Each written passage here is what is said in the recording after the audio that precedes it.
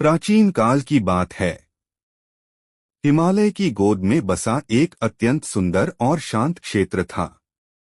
चारों ओर घने वन, औषधीय पौधे, कलकल बहती नदियां और पक्षियों का मधुर कलरव उस स्थान को दिव्य बना देता था। इस क्षेत्र के लोग अत्यंत सरल, प्रकृति से जुड़े और भगवान शिव के अनन्य भक्त थे। उनके जीवन का केंद्र केवल एक ही था, भोलेनाथ की भक्ति। हर दिन प्रातःकाल लोग स्नान कर शिवलिंग पर जल, दूध और बेलपत्र अर्पित करते। पर जैसे ही सावन का महीना आता, पूरे क्षेत्र में एक विशेष परिवर्तन दिखाई देता।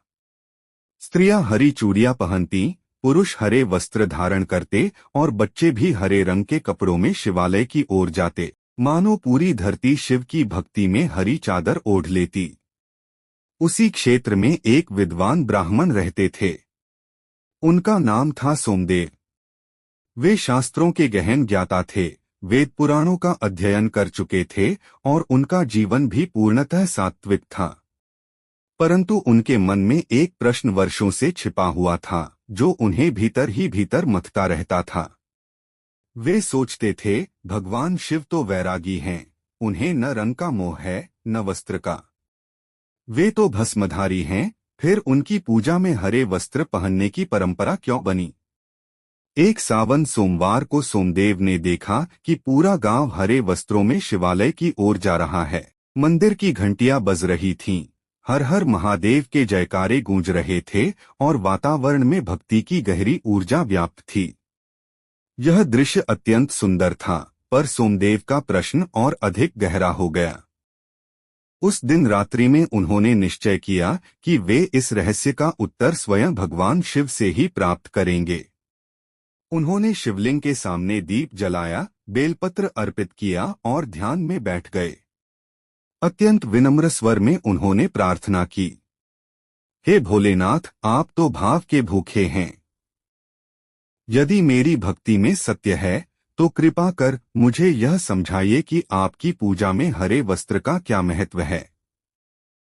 क्या यह केवल परंपरा है या इसके पीछे कोई गूढ़ रहस्य छिपा है? कहते हैं, जब प्रश्न अहंकार से नहीं बल्कि सच्ची जिज्ञासा से किया जाए, तो ईश्वर स्वयं उत्तर देने आते हैं। उसी रात्रि सोमदेव को एक दिव्य स्वप्न आया। उन्होंने देखा कि वे एक विशाल वन के बीच खड़े हैं। चारों ओर अपार हरियाली फैली हुई है। वृक्षों की पत्तियां चमक रही हैं, औषधीय पौधों से सुगंध आ रही है और नदियां शांत स्वर में बह रही हैं। उसी हरियाली के मध्य कैलाश पर्वत प्रकट हुआ। पर्वत के शिखर पर भगवान शिव विराजमान थे, भस्मधारी, नीलकंठ, शांत और करुणामय।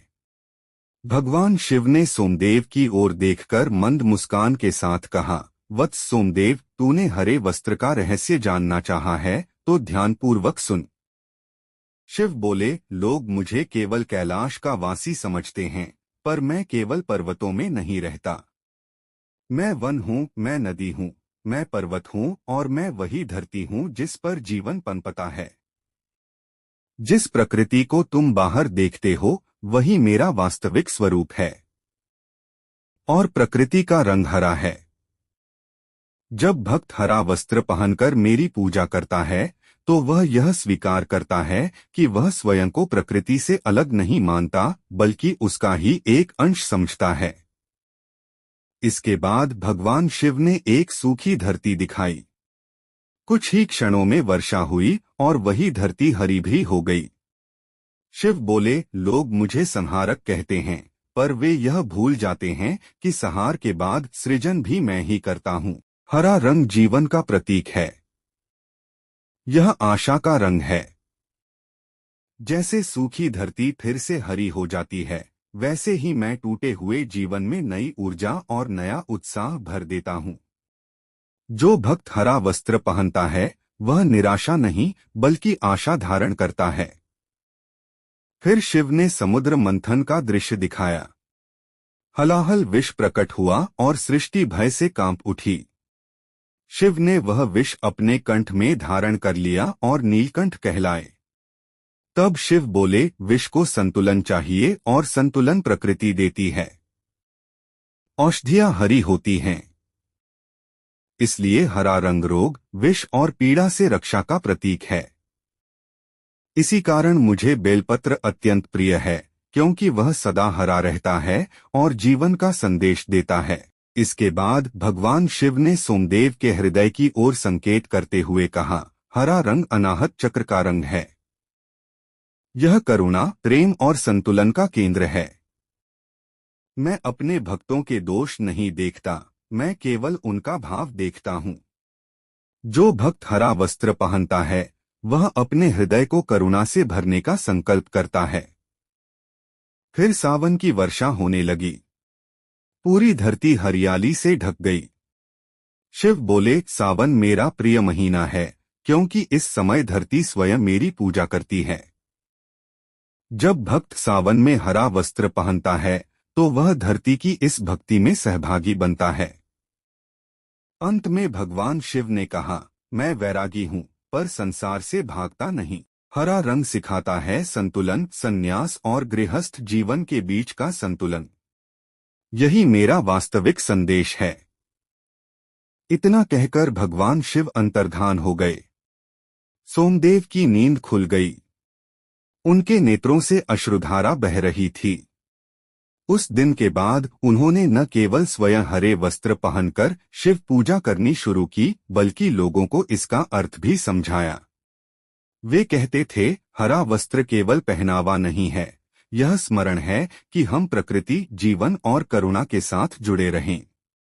तभी से उस क्षेत्र में यह मान्यता और भी दृढ़ हो गई कि शिव पूजा में हरे वस्त्र पहनना केवल परंपरा नहीं, बल्कि शिव तत्व को धारण करने का प्रतीक है। और आज भी जब कोई भक्त हरे वस्त्र पहनकर भगवान शिव की पूजा करता है तो वह अनजाने में ही कहता है, हे भोलेनाथ, मैं आपकी सृष्टि में, आपके संतुलन में और आपके करुणामय स्वरूप में लीन होना चाहता हूँ। ओम नमः शिवाय।